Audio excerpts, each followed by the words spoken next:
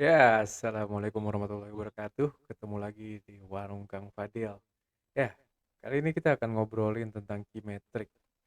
Atau bahasa sederhananya apa sih parameter yang menjadi kunci itu bahwa bisnis kita itu udah sukses gitu. Tentunya ya secara sederhana namanya bisnis ya harus cuan, harus menghasilkan rupiah gitu ya kalau emang dijual dalam rupiah ya.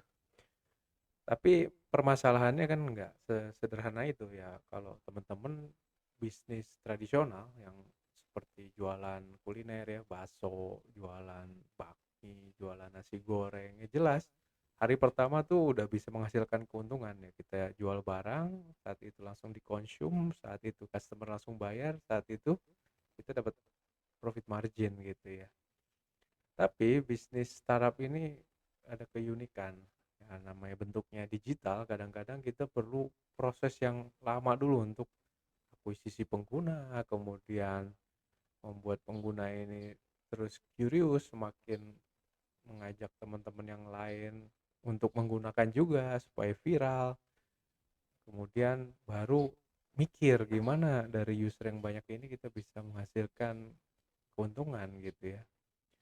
Ada juga udah banyak, usernya langsung keluar pindah ke platform lain gara-gara dia bilang, "Ah, udah berbayar," gitu ya. Ini pengalaman pribadi saya ya, kadang-kadang di salah satu produk aja ya kita ngomong cloud drive ya. Microsoft bikin, Google bikin, ada Dropbox bikin, Box bikin. Ya saya sebagai user kadang-kadang mikir dulu gimana saya bisa gratis terus, ya udah saya bikin account di semua platform. Begitu ada yang habis ya pindah ke platform yang space-nya masih luas. Jadi seperti itu gitu. Nah, berarti dari sudut pandang pembuat platform itu kan pusing banget gitu. Ini saya udah akuisisi belum sampai kita making money dia udah churn, udah pindah ke platform sebelah gitu. Nah, itu adalah kompleksitas bagaimana kita bisa mengembangkan produk yang akhirnya bisa menguntungkan. Nah, sementara pendapatan belum masuk, ada nggak key metrics lain yang bisa kita pegang sebagai parameter pengukuran bahwa produk kita ini semakin disukai, semakin berhasil, dan semakin mendekati eh, produk yang bisa menguntungkan gitu ya dari sisi finansial tentunya ya. Nah, kadang-kadang kita perlu proses panjang, iterasi ya, sampai produk kita ini benar-benar bisa disukai oleh customer atau istilah kerennya product market fit gitu ya. Kan awalnya cuma ide ini divalidasi dengan mungkin kita interview user, terus dia coba produk trialnya, prototype-nya. Kemudian kita iterasi terus dapat feedback dari user sampai produk itu benar-benar klop dengan hatinya user gitu ya. Tentunya ini kan berkembang terus ya dari versi pertama, kedua, ketiga sampai sampai ya kita bisa survive atau enggak intinya sih di situ. Ya artinya produk yang survive, produk yang selalu dicintai oleh customer ya. Tentunya kita selalu cari tahu customer nih sukanya apa gitu ya. Ada istilah Pyramid Matrix, ini diperkenalkan Dave McClure ya oleh Partners 500 Startup. Ini menggambarkan tahapan yang dilakukan oleh pelanggan sampai akhirnya dia bisa menghasilkan keuntungan buat perusahaan gitu ya. Ya intinya customer sampai mau akhirnya mengeluarkan uang untuk mendapatkan manfaat dari produk itu. Prosesnya sederhana, dari mana, dari mulai akuisisi bagaimana produk ini bisa ditemukan. Ya kalau sekarang tuh kompleksitasnya kan kadang-kadang udah terlalu banyak ya produk di marketplace. Gimana supaya produk kita bisa kelihatan visible oleh user gitu ya. Ya akhirnya kadang-kadang kita pakai channel lain yang nggak mengandalkan mungkin dari marketplace itu sendiri. Yang mungkin pakai lewat channel YouTube, atau lewat channel podcast, atau lewat channel iklan TV, atau channel bahkan kita pasang billboard. Tapi ujung-ujungnya kita menggiring user ini untuk menemukan produk kita. Setelah udah nemuin, pengennya kan user ini nyobain dulu lah. Ada istilahnya kesan pertama begitu menggoda gitu ya. Jadi ini proses aktivasi. Jadi kita menggunakan pertama kali produk itu dan harus harus ada efek wow-nya supaya user bisa memakai kembali, akhirnya dia lengket sama produk kita. Itu yang kita bilang retention, dia menggunakan kembali produk kita. Jangan sampai pertama nyoba udah banyak kecewa, udah banyak bug-nya, udah banyak komplain pengguna. Ya itu sih dari awal udah kelihatan ya, akhirnya kurang kurang baik gitu ya. Nah, setelah menggunakan sering, mau nggak mau kan user kan semacam depend on produk itu kan. Nah, ada dong kita mulai mikirin bagaimana making money-nya gitu ya, entah dengan subscription atau kita dengan premium atau dengan paketan-paketan lain, sehingga user itu akhirnya karena udah ngerasa butuh, dia mau spending. Dan begitu dia puas, itu kita bisa menghemat biaya marketing karena dia akan ngasih referensi ke teman-temannya untuk menggunakan produk yang sudah memuaskan dia. Itu udah dari tahap akhir referral. Ya, nanti setiap tahapan ini sebenarnya usernya itu semakin sedikit. Dulu semua orang download, yang menggunakan mungkin 50%, turun lagi jadi 40% ketika penggunaan atau retention terhadap produk. Begitu disuruh bayar, mungkin drop sampai 20%. Mungkin yang kasih rekomendasi cuma 18%. Ya, seperti itu ya. Itu lumrah. Makanya kalau bisa dari mulai discovery-nya, kemudian retention-nya itu angkanya sebesar-besarnya. Karena apa? Nanti kan dia akan nyusut gitu. Jadi nyusutnya nggak berat, nggak banyak-banyak banget gitu ya. Nah, terus kita bisa melakukan mapping ya terhadap strategi. Bagaimana kita memilih, kita akuisisi user sebanyak mungkin atau memilih untuk memuaskan user yang sudah ada dulu nih, yang udah pernah nyoba. Nah, best practice-nya sebenarnya dengan user yang sedikit, kalau bisa kita bikin seneng dulu, bikin puas dulu. Jangan sampai yang sedikit ini malah churn, atau kita fokus akuisisi pelanggan sebanyak-banyaknya, terus kecewa berjamaah. Akhirnya keluar semua dari platform, bahkan bikin review yang jelek-jelek di sosial media. Wah, itu dropnya juga bisa drastis gitu. Nah, kalau opsi B ini nice to have ya, kayak ngayal gitu. Kita bisa memperbanyak user sekaligus memuaskan pelanggan. Ini agak mustahil gitu ya, jarang kayak gitu ya. Karena itu sulit sekali, costnya mahal sekali. Dan opsi yang paling memungkinkan, yang rata-rata secara besar itu sukses, yaitu opsi C. Yaitu kita fokus dengan jumlah user yang nggak terlalu banyak, tapi kita bisa bikin dia puas. Contoh nih, di produk yang sudah melalui ini adalah Facebook. Dulu dikembangkan Mark Zuckerberg pas masih kuliah di Facebook, di Harvard maksud saya. Nah, ini penggunanya adalah teman-temannya di Harvard, ya reunian dan sebagainya, semua ngumpul di Facebook. Nah, fiturnya ditambahin sesuai kebutuhan teman-teman mahasiswanya. Begitu udah viral, otomatis udah bisa dijual juga ke mahasiswa kampus-kampus lain. Akhirnya mengglobal dan akhirnya meledak gitu ya. Laku keras gitu. Kalau orang Indonesia sih kan ngikut aja, yang lagi tren ikut gitu ya. Tapi intinya apa? Kita memuaskan pelanggan pertama dulu sampai mereka akhirnya menjadi agen marketing kita juga untuk memviralkan produk kita gitu. Karena dia udah sangat puas banget dengan produk yang kita bikin. Nah, kuncinya adalah di product market fit dulu. Artinya apa? Tadi kepuasannya user pertama itu terhadap produk kita udah mencapai titik yang pas banget gitu. Udah orang bilang makan buah tuh manis banget nih, cocok banget nih sama gua gitu. Udah sampai ngomong gitu udah namanya product market fit lah. Dan biasanya orang kayak gitu akan balik lagi, beli lagi, bahkan merekomendasikan ke orang lain gitu ya. Tingkat retensinya tinggi. Jadi sebelum terjadi product market fit, kita fokus mengikat user dulu terhadap produk kita dengan memberikan kepuasan yang luar biasa gitu. Nanti begitu udah puas banget, baru bagaimana kita bikin produk kita semakin masif untuk growth, akuisisi lebih banyak user lagi untuk, market share-nya semakin besar lagi ya, baru mikirin revenue belakangan gitu. Nah, selama periode itu ya orang bilang biasanya bakar-bakar uang gitu ya. Justru sekarang challenge ya buat teman-teman, bisa nggak bikin itu tanpa harus bakar uang yang terlalu banyak, berarti kan harus mikir yang luar biasa gitu. Dan itu sangat mungkin ya, saya lihat kayak di TikTok gitu ya. Ini orang nggak punya budget yang gede, tapi produknya bisa meledak banget karena ya mungkin kontennya unik, terus dia bisa memanfaatkan algoritma TikTok yang katanya merakyat itu, akhirnya bisa viral luar biasa dan produknya juga meledak, banyak yang pesen gitu ya. Nah, kalau di startup ini kadang-kadang untuk pakai pirate yang tadi, itu prosesnya dibalik. Jadi kita mulai dari aktivasi dulu, intinya memuaskan pelanggan pertama dulu, pandangan pertama begitu menggoda itu, terus bikin mereka lengket sama produk kita, baru kita mulai membuat existing customer kita memviralkan produk kita.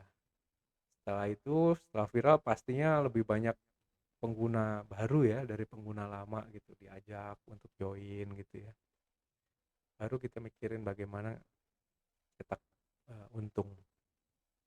Jadi cetak untung justru di belakang ya kalau di startup ini. Oke, fokus pertama kita ngomongin detail tentang aktivasi ya. Aktivasi ya secara sederhana bagaimana user itu download pakai aplikasi terus dapat manfaatnya pertama kali dan ada efek wow-nya gitu. Kalau Gojek gitu ya, dia download dia bisa pesen makanan atau dia bisa nganter orang dari titik A ke titik B. Nah, itu udah aktivasi. Atau aplikasi Office gitu ya. Ya udah dia download, dia pakai buat bikin spreadsheet atau dia bikin buat surat, dia print jadi seneng puas gampang, template-nya banyak. Nah, itu udah aktivasi. Nah, ini perlu dibedakan ya, user yang activated user dengan user aktif. Activated user tuh user pertama yang make produk kita dan seneng gitu ya. Tapi kalau active user ya user yang jelas udah teraktivasi dan dia pakai terus-menerus produk kita, edik lah gitu ya. Nah, untuk merancang jalur aktivasi yang baik, key-nya itu adalah semudah mungkin, secepat mungkin user bisa mendapatkan value dari produk kita. Jadi kalau namanya sign up jangan panjang lebar gitu ya, kalau bisa login pakai Google atau bisa ngimport kontak gitu ya. Kemudian setup kalau bisa minimal banget, nanti detail setupnya bisa dilakukan belakangan. Kayak upload-upload dokumen, gambar belakangan aja, apalagi harus upload paspor gitu, ribet gitu ya. Langsung ke key activity-nya, dia bisa ngapain gitu ya. Bahkan kalau user terlalu ribet kadang-kadang males di-uninstall lagi gitu. Atau baru mulai langsung dimintain uang, karena langsung di-uninstall ya. Biasanya kalau di Indonesia karakteristiknya begitu ya. Nah, ini tadi optimasinya, yang penting user itu bisa secepatnya mendapatkan unique value proposition dari produk kita. Dan ingat, bikin kanal konsultasi kalau terjadi kesalahan, error, atau bug, sehingga kita cepat tahu dan cepat bisa fix atau kasih alternatif cara lain user untuk menyelesaikan masalahnya gitu ya. Nah, ini ada tambahan topik mengenai cohort. Nah, cohort ini biasanya analisa yang dilakukan kepada pengguna di siklus atau periode waktu tertentu. Misalnya nih, kita ngecek nih kalau produk kita dulu digunakan oleh sebelum pandemi dan setelah pandemi. Nah, itu udah beda tuh analisanya, kan terjadi behavior yang berbeda. Contoh sebelum pandemi orang ya mungkin lebih seneng keluar jalan-jalan, terus lebih bebas, ya pakai masker dan sebagainya. Terus jarak itu nggak ada masalah. Setelah pandemi orang lebih hati-hati, sering pakai masker, kemudian lebih prefer mungkin meetingnya nggak terlalu sering, nggak harus ketemu, kalau bisa online gitu ya. Nah, mungkin ada perubahan behavior itu dan itu bisa dianalisa dengan cara cohort ini. Nah, secara contoh yang sederhana seperti ini, kita bikin produk rilis satu di channel A, misalnya lewat sosmed promosinya gitu. Berapa nih user yang sign up, berapa yang download gitu. Terus retensinya berapa lama dia pakai. Nanti bulan kedua kita coba tambahin UI UX yang lebih cantik, lebih bagus. Kita ukur lagi, lebih banyak nggak user yang make? Tetep di channel sosmed tadi gitu, tetep gitu ya. Oh kalau ada improvement, coba di bulan ketiga rilis produk kedua, kita coba, kita coba nambahin fitur-fitur baru yang di-request di bulan kedua. Oh ternyata dengan menambahkan request yang diminta user, user ini semakin mengajak temennya untuk pakai. Nah, ngerasa dia minta apa kita kabulin gitu ya. Bulan keempat kita coba mungkin channel yang baru, yang tadi pakai sosmed, coba kita pakai taruh billboard atau taruh di TV iklannya dan sebagainya atau di YouTube gitu ya. Ternyata oh lebih banyak lagi. Nah itu semua pengukuran-pengukuran yang bisa dilakukan per periode tertentu dan menganalisa behavior-behavior yang berbeda ketika melakukan strategi yang berbeda pada periode tertentu. Nah, ini contoh gambarannya seperti ini ya, mungkin jumlah downloadnya lebih banyak, key activity-nya banyak dilakukan, terus banyak transaksi yang berhasil dilakukan setiap cohort yang dilakukan gitu ya. Tapi kalau semakin sedikit, semakin berkurang, semakin churn-nya semakin tinggi, berarti ada yang salah dengan strategi kita. Nah, itu gunanya cohort untuk menganalisa setiap aktivitas yang kita lakukan. Jadi contoh kayak marketing strategi lah. Kita udah mengajukan budget tertentu, harus bisa diukur tuh dengan strategi baru ini, apakah bisa lebih banyak customer, atau bisa membuat customer lebih loyal, atau bisa membuat lebih viral. Jadi customer itu bisa mengajak teman-temannya, ngasih referensi, referral gitu untuk menggunakan produk kita. Oke, itu semua bisa dipermudah dengan adanya analytical tools gitu ya, yang bisa merecord ya, merekam, menganalisa data-data user selama menggunakan produk kita. Ini udah banyak nih. Ya ada Kissmetrics, ada Firebase, ada Mixpanel dan mungkin banyak lagi yang lain atau bikin custom juga bisa. Nanti di situ kita bisa contohnya nih ya, kita bisa lihat acquisition channelnya lewat mana, oh lewat sosial media Facebook gitu, berapa yang ngeklik dan berapa yang ngedownload, berapa yang ke product page, berapa yang akhirnya purchase, atau berapa akhirnya yang nggak keluar lagi gitu langsung ngapus account gitu ya. Jadi setiap tahapan ini jadinya bisa terukur, channel mana yang mendatangkan lebih banyak customer, kemudian tahap mana yang lebih efektif untuk akuisisi customer, itu juga bisa dilakukan dengan bantuan analytical tool ini. Nah ini output contoh lagi seperti ini, user retention data. Otomatis ya kebanyakan yang namanya lebih lama produk itu digunakan, kalau nggak banyak perubahan, nggak banyak inovasi, user pelan-pelan suka pindah tuh ke produk yang mungkin lebih menarik, lebih murah, atau lebih exciting UX, UI UX-nya gitu ya. Ini semua bisa diukur gitu ya, berdasarkan waktu dan berdasarkan uh, mungkin uh, apa yang sudah kita lakukan, strategi apa yang sudah kita lakukan terhadap produk kita. Nah ini gambaran retensi seperti ini, kita buka keran, istilahnya masukin user-user baru, ajak user-user baru pakai produk kita. Nah itu masukin air ke dalam apa ya, bak atau ke dalam ember, tapi ember itu ternyata banyak yang bocor gitu. Yang keluar ini adalah churn user, user yang tidak puas atau memang bukan target segmen pasar kita gitu ya. Orang iseng coba download dia nggak butuh ya dihapus lagi gitu ya.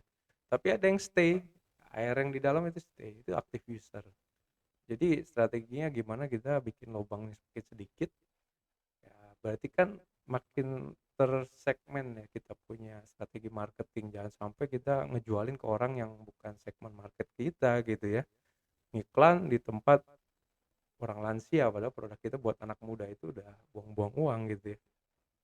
Dan juga bagaimana bikin user yang sudah ada tetap puas di dalam pakai terus gitu ya. Jangan sampai ya akuisisi yang udah sukses ini jadi sia-sia karena tadi usernya nggak puas, usernya ini kecewa, usernya ini tidak menemukan janji yang ada di marketing campaign-nya gitu ya. Nah, pengukuran retensi ya atau key metricnya macam-macam, bisa jumlah pengguna aktifnya, intensitas penggunaannya, berapa jam, berapa menit, per hari, per minggu, per bulan gitu ya. Rasio pengguna yang berhenti menggunakan produk atau customer lifetime ya, periode waktu customer aktif menggunakan produk akhirnya dia keluar gitu ya. Kayak asuransi pendidikan, dia sampai dia lulus S3 mungkin nggak guna lagi karena dia udah lulus ke tahap paling tinggi gitu. Itu contohnya lah customer lifetime. Nah, jumlah pengguna aktif ya ini bisa yang jangka panjang gitu ya, istilahnya kayak aplikasi Office ya.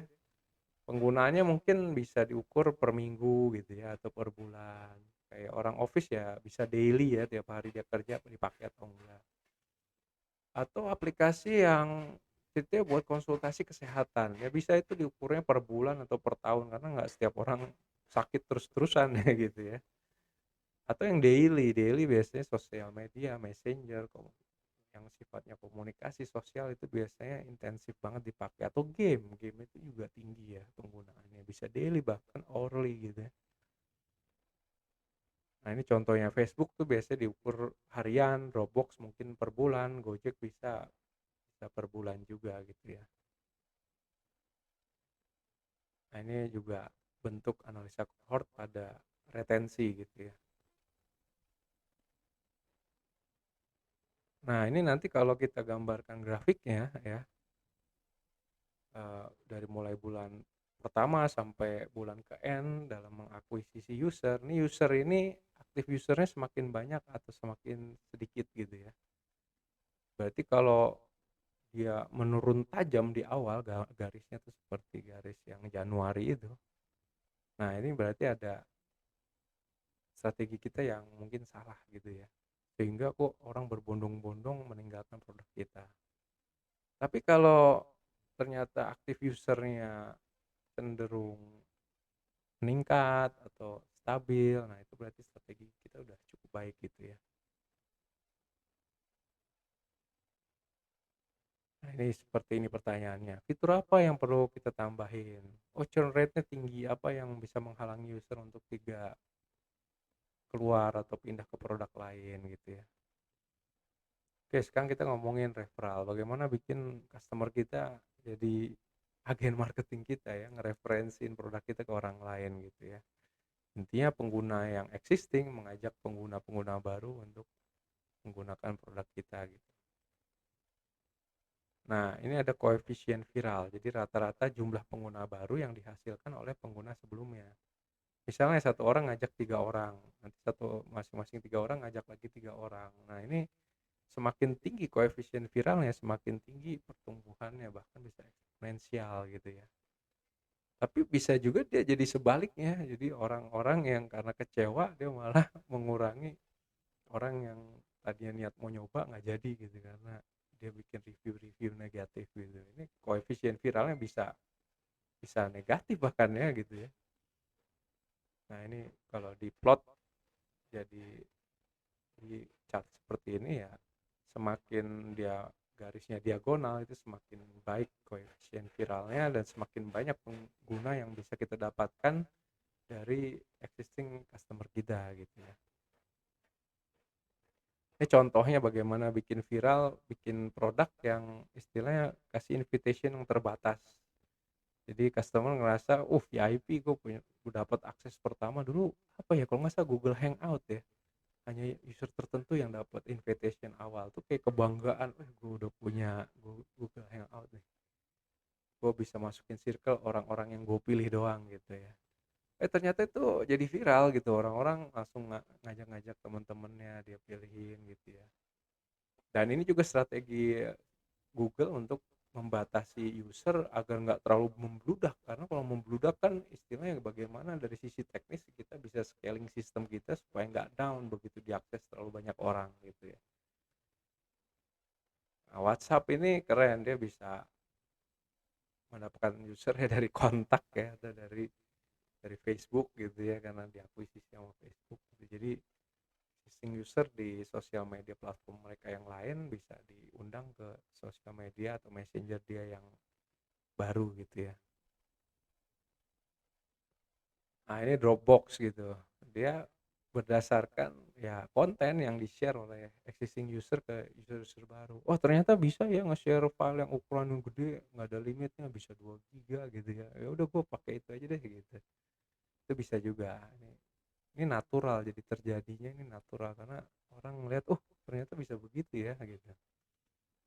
Atau ngasih insentif buat pengguna sehingga pengguna lain tuh bagi-bagiin link gitu ya. Contohnya apa, Tokped ngasih apa, kupon, kadang-kadang di-bom kita punya grup WhatsApp dengan kuponnya Tokopedia atau Bukalapak gitu. Itu cepat bikin viral ya. Orang kalau udah ngelihat diskon, bonus, kupon, wah berbondong-bondong tuh share-share. Kadang-kadang link link virus juga di-share juga gitu ya walaupun tulisannya Tokped gitu. Ini menarik gitu ya, strategi sederhana tapi bagus banget untuk memviralkan produk kita. Fokus keempat mengenai akuisisi, bagaimana meyakinkan pelanggan untuk mulai menggunakan produk layanan kita gitu ya. Nah ini bisa digunakan channel-channel kayak sosial media gitu ya, atau TV atau lewat podcast atau lewat apa sekarang TikTok gitu ya. Nah, kadang-kadang kita perlu kombinasi juga ya. Oke, ini mungkin anak muda ngumpulnya di mana sih gitu ya. Oh, senangnya di Reels gitu atau di TikTok atau di mana. Atau jangan pakai platform yang mungkin anak mudanya sedikit gitu ya. Mungkin kayak forum-forum Kaskus gitu ya. Mungkin udah banyak ditinggalkan anak muda gitu ya. Akhirnya nggak efektif untuk mengakuisisi user baru. Nah, ini tentunya kita perlu eksperimen ya, kita akan ngeblank tentang ini, tapi kita bisa belajar mungkin dari first mover yang udah melakukan ini sebelumnya dengan produk-produk yang mirip dengan produk kita. Mereka suksesnya lewat channel mana gitu ya, dan bisa mendapatkan segmen pasar yang kita cari gitu ya, dan juga bagaimana ini bisa efektif mendapatkan user yang banyak gitu ya. Nah, ini nanti perhitungan cost-nya ini user acquisition cost dibagi customer acquisition cost. Semakin banyak ya dari existing user yang memviralkan, itu jauh biayanya akan lebih murah daripada kita benar-benar spending kayak tadi ngasih insentif untuk mendapatkan user baru atau bahkan ngebajak orang marketingnya untuk narikin klien-klien baru, itu costnya jauh lebih mahal. Lebih baik customer existing tuh dibikin sebagai agen marketing kita gitu. Jadi itu bakal jadi strategi akuisisi yang hemat tapi efektif. Nah ini banyak ya channelnya, tadi saya sebutin ada sosial media, advertising lewat blog. Sekarang banyak ya iklan lewat blog. Kita serasanya baca artikel yang bermanfaat, padahal di dalamnya itu ada promosi produk gitu ya. Secara nggak langsung akhirnya ya kebaca juga tuh iklan gitu ya. Atau lewat email, lewat forum, lewat search engine udah jelas ya, search engine begitu kita ketik keyword tertentu yang relasi dengan keyword kita ya produk-produknya muncul gitu ya. Nah, intinya kita juga perlu memikirkan landing page. Ini adalah muara dari produk kita. Orang untuk mengenal dengan cepat mengenai produk kita, dia ke landing page. Mau di lewat sosial media, lewat YouTube dan sebagainya. Kan kadang-kadang ada orang yang sifatnya visual, seneng ngeliat. Ada yang orang sukanya audio, dengerin suara. Ada orang sukanya mungkin verbal gitu ya, atau mencoba langsung. Nah, kalau bisa semua unsur ini terdapat pada landing page kita. Nah, hal-hal yang perlu kita garis bawahi dalam landing page kita, yang pertama, unique value dari produk teman-teman apa gitu ya. Kalau bisa jangan apa ya, orang bilang point of parity. Jadi nggak unik produknya gitu. Jadi orang baru buka, ini mah kayak ini mah kayak ini gitu. Tapi harus benar-benar yang, wah ini inovasi baru nih. Atau ini murah banget gitu. Ada efek wow-nya, UV-nya tuh ada efek wow-nya. Terus ilustrasinya harus jelas, jangan yang gambarnya terlalu minimalis atau terlalu banyak akhirnya membuat blur dari manfaat yang sebenarnya kita mau jelasin ke customer. Jadi pinter banget, penting banget nge-hire designer yang paham ya mengenai UI UX gini, bagaimana mereka mengkomunikasikan manfaat dari produk lewat desainnya gitu. Terus ada call to action. Jadi next action-nya apa nih setelah dia ngerasa, wah manfaatnya cocok sama gua apa nih? Ya entah tombol download, tombol langsung buka webnya, atau tombol langsung lihat videonya, atau apa. Pokoknya ada direct action ke action selanjutnya untuk melakukan next step gitu ya. Dan media-media lain ya perlu disertakan di situ ya, mungkin videonya, audionya, atau mungkin demo produk dalam bentuk 3D-nya, terserah. Kalau bisa ada testimoni juga lah untuk meyakinkan kalau kita nggak cuma ngecap doang gitu, tapi emang sudah ada yang menggunakan dan puas dengan hasilnya. Nah, ini juga kita bisa memonitor setiap kanal atau materi promosi yang sudah kita lakukan ya. Biasanya dengan link tertentu yang sudah eh, dipasangkan semacam user analytic gitu ya. Nanti kita bisa lihat nih, banyak ngeklik terus sampai beli atau sampai daftar, itu bisa kelihatan pola pengguna yang sesuai harapan kita gitu. Nah, ini fokus yang penting yaitu mengukur metrik keuntungan, revenue, pemasukan gitu ya. Nah, biasanya eksperimen yang bisa dilakukan untuk push kita punya revenue, yang pertama, bisnis model kita udah klik belum dengan customer kita gitu ya. Customer kita nih anak muda yang udah biasa pakai QR atau pakai digital wallet, tapi kita masih cash gitu, yang nggak cocok. Nah, akhirnya kan harus perlu diubah tuh payment sistemnya gitu ya. Atau revenue modelnya, ini cocoknya pakai subscription atau ya pakai license atau premium lead generation. Lihat lagi behavior customer kita. Oh, nah, anak muda nih biasanya supaya nyicil gitu ya, ya udah subscription, bahkan dibagi per bulan. Jadi kalau setahun yang mahal dibikin per bulan atau per hari. Jadi kerasanya murah gitu, cuma 5.000 per hari, kan apa per tahunnya jadi gede juga gitu, tapi nggak kerasa gitu ya. Price levelnya udah cocok belum? Kita lihat kompetitor kita lihat rata-ratanya, jangan terlalu tinggi, jangan terlalu murah, ngerusak harga pasar gitu ya. Ya yang penting kita bisa untung lah, intinya di situ. Jangan sampai jual barang tapi nggak bisa nutup modal awalnya gitu. Bisa juga lewat alur konversi gitu, dari mulai gratisan terus kalau nambah-nambah item jadi bayar gitu. Atau free trial 30 hari, 10 hari ya, bebas lah. Ada juga istilah makro dan mikrometrik dalam revenue ini. Kalau makro itu ya jelas lah, itu udah secara umum dikenali ya.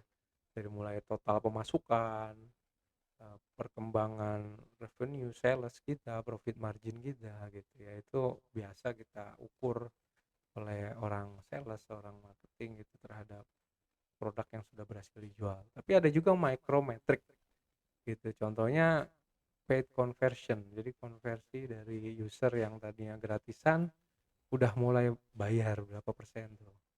Atau rata-rata pendapatan dari per user, atau pendapatan rata-rata dari user yang membayar gitu, yang subscribe.